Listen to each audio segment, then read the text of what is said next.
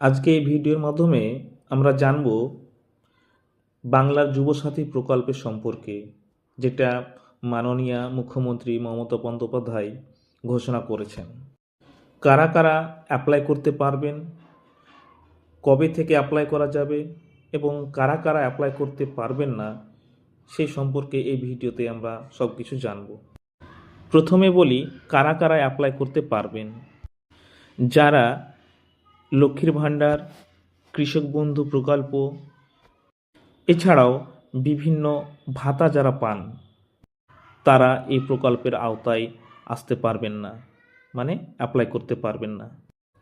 এছাড়া বিভিন্ন ছাত্রছাত্রী যারা আছে, তারা বিভিন্ন স্কলারশিপ পেলেও এই প্রকল্পে আবেদন করতে পারবেন। প্রত্যেকের জন্য বয়স হতে হবে 21 থেকে 40 বছরের মধ্যে এবং মাধ্যমিক পাস করতে হবে। এবারে আমরা জানব কবে থেকে অ্যাপ্লাই করা যাবে। এই প্রকল্পের জন্য আবেদন শুরু হচ্ছে 15ই ফেব্রুয়ারি থেকে এবং চলবে 26শে মার্চ পর্যন্ত।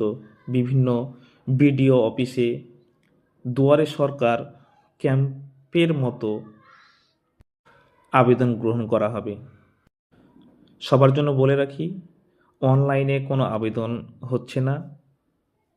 বিডিও অফিসে গিয়ে নির্দিষ্ট ফর্ম ফিল আপ করে অফিসারকে জমা দিতে হবে। এই প্রকল্পে যারা অ্যাপ্লাই করবেন তারা প্রত্যেকে প্রতি মাসে 1,500 টাকা করে 5 বছর পর্যন্ত পাবেন। এই প্রকল্পে আবেদন করার জন্য কি কি ডকুমেন্টস লাগবে তার একটি ডকুমেন্ট লিস্ট আমি দিয়ে দিয়েছি। এই বিষয়ে আরও জানতে কমেন্ট বক্সে লিখুন।